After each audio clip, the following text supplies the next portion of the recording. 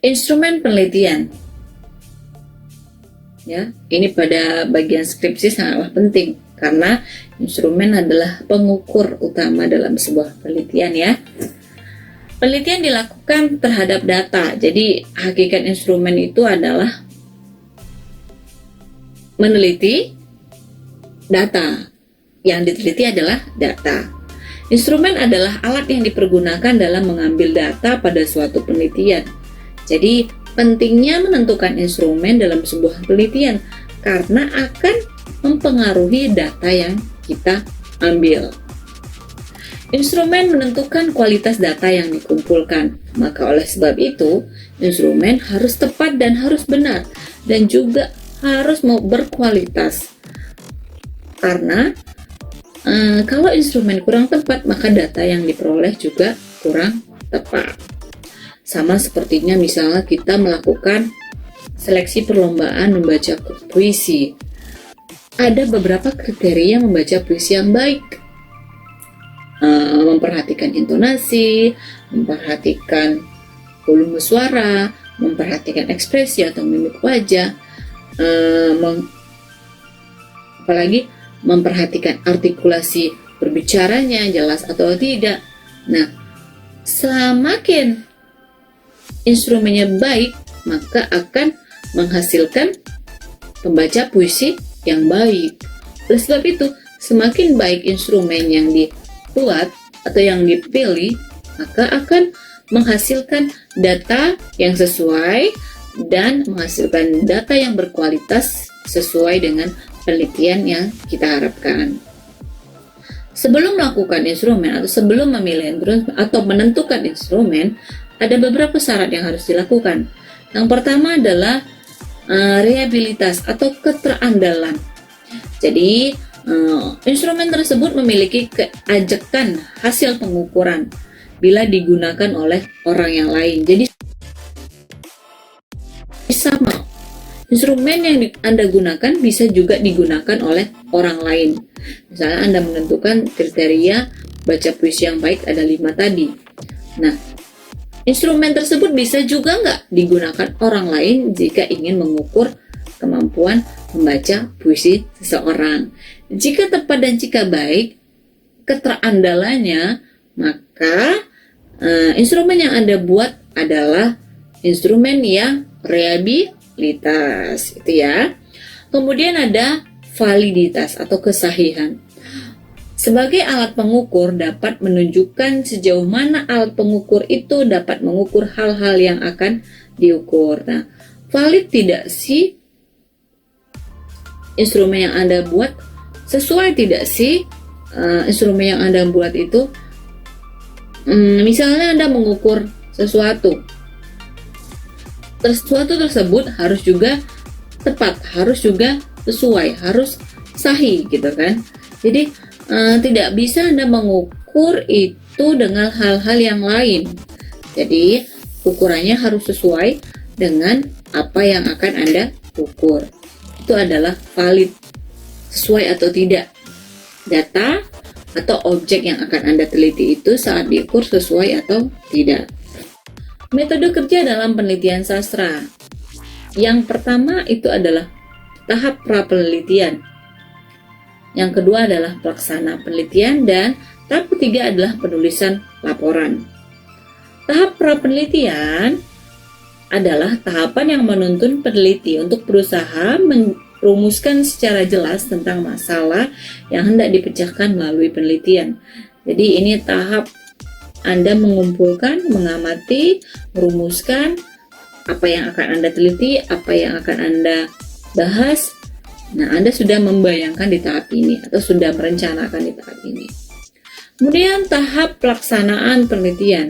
Yang pertama adalah penyediaan data, yang kemudian menganalisis data, kemudian membuat rumusan hasil analisis yang diwujudkan dalam bentuk konkretisasi.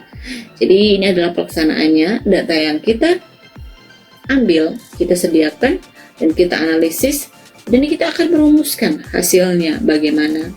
Kemudian adalah tahap penulisan laporan. Tahap penulisan laporan dapat berwujud makalah, skripsi, tesis, disertasi, dan sebagainya, bergantung maksud penelitian tersebut.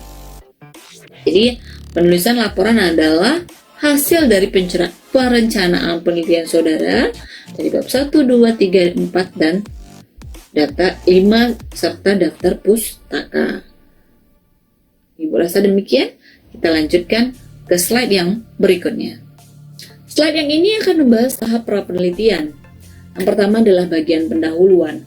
Bagian pendahuluan adalah memuat gambaran atau alur pikiran tentang pemilihan topik dan area penelitian yang mencakup latar belakang, ruang lingkup, dan batas-batasan penelitian. Jadi di bagian pendahuluan ini adalah menggambarkan alur pikiran saudara, bagaimana tanggapan saudara, dan bagaimana gagasan saudara akan materi atau akan objek yang akan Anda teliti tersebut.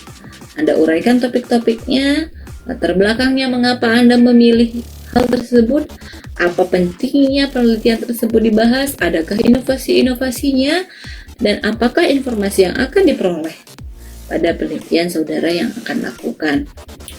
Kemudian latar belakang juga membuat penjelasan alasan-alasan masalah yang dikemukakan dipandang menarik, ya. Dijelaskan mengapa penelitian saudara menarik dan patut untuk dibaca, dan dipandang menarik untuk diteliti itu kenapa, diuraikan di bab 1 pada latar belakang. Anda pikirkan dulu hal tersebut, ya, makanya disebut tahap pra-penelitian. Berikutnya dijelaskan penting nggak penelitian saudara tersebut, apa manfaatnya, perlu tidak diteliti. Nah, itu adalah tahap pra-penelitian yang harus Anda pikirkan, yang nanti akan Anda sampaikan pada latar belakang. Yang kedua adalah keaslian penelitian, dikemukakan dengan menunjukkan bahwa masalah yang dihadapi belum pernah dipecahkan oleh peneliti sebelumnya. Intinya, penelitian saudara adalah keterbaruan atau inovasi. Sebenarnya semua penelitian itu sama, yang dibahas juga sama. Intinya kurang lebih dari zaman dahulu sampai sekarang penelitian itu sama. Yang membedakan apa?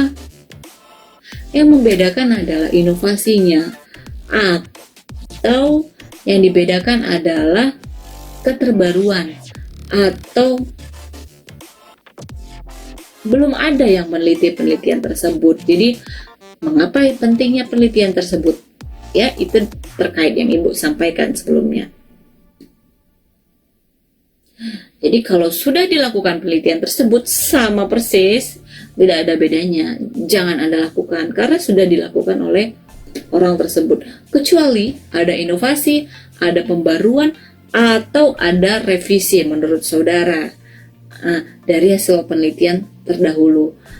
Ada inovasi, ada keterbaruan, itulah yang sangat penting. Yang ketiga, faedah atau sumbangan bagi perkembangan ilmu pengetahuan dan pembangunan bangsa. Anda pikirkan penelitian saudara itu perlu tidak untuk diteliti, memberikan manfaat pada perkembangan ilmu atau tidak? Ya, Anda pikirkan dan Anda sampaikan biasanya pada latar belakang atau pada pendahuluan. Selanjutnya, tahap pra-penelitian yaitu adalah bagian rumusan masalah. Rumusan masalah ini adalah hal yang paling penting dalam sebuah penelitian. Jika Anda meneliti tapi bab 3 atau bab 4-nya tidak menjawab rumusan masalah, maka 100% penelitian saudara salah. Jadi, yang penting, yang pasti, perhatikan rumusan masalahnya.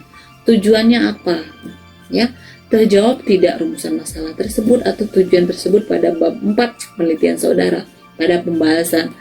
Makanya, kadang ada yang skripsi ditolak, ada yang skripsi tidak lulus. Karena ini, biasanya jika rumusan masalahnya tidak sesuai dengan pembahasannya, apa yang akan diteliti dengan hasil yang diteliti itu tidak sama. Makanya sangat penting pengalimatan atau deskripsi pada atau narasi pada penggunaan kalimat dalam sebuah rumusan masalah. Jadi jangan asal contek sana sini ya. Rumusan masalah berisi tentang masalah-masalah yang akan dipecahkan melalui penelitian. Makanya tadi kan masalahnya apa, maka akan dijawab melalui penelitian. Makanya jika rumusan masalah dan hasil tidak sesuai, berarti penelitian saudara kurang tepat. Harus revisi lagi.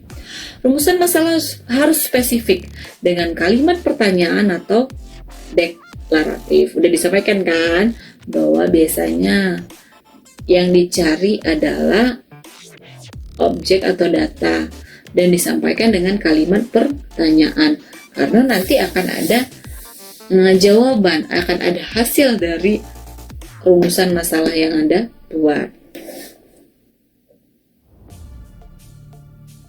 Nah, 3 kondisi penyebab masalah menurut McGuigan dan Sevilla DKK ya. Ada teorinya, ada bukti empiriknya, yang kemudian ada hasil penelitian, berlawanan juga pada hasil penelitian, dan ada bukti empiriknya. Yang berikutnya adalah motif menjelaskan. Misalnya, kesastraannya atau aspek sastra yang belum diteliti. Jadi mengapa dijelaskan, mengapa diteliti? Karena belum ada yang meneliti penelitian tersebut. Ibu rasa Ibu menjelaskan sampai tahap pra penelitian dahulu, karena tahap berikutnya juga akan dibahas pada video-video berikutnya. Jadi ini adalah gambaran umumnya saja. Selanjutnya nanti akan dibaca atau dapat Anda baca pada video-video selanjutnya, karena akan masuk kepada tahap penelitian ya, perencanaan penelitian. Jadi ini adalah kayak pembukaannya dulu, nanti akan Ibu lanjutkan atau Ibu akan jelaskan pada video-video berikutnya ya. Ibu rasa demikian. Jika saudara ada pertanyaan atau gagasan atau komentar, atau juga ada yang ingin ditanyakan tentang skripsi saudara, silakan Anda boleh tulis di kolom komentar, nanti akan Ibu jawab semampunya, sebisanya ya. Jika penelitian atau kajian saudara tersebut sesuai.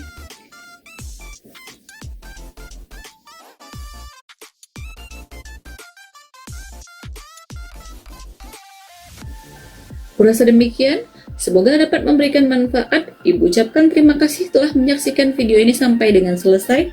Semoga dapat memberikan manfaat yang baik untuk kita semua. Ibu akhiri dengan wassalamualaikum warahmatullahi wabarakatuh.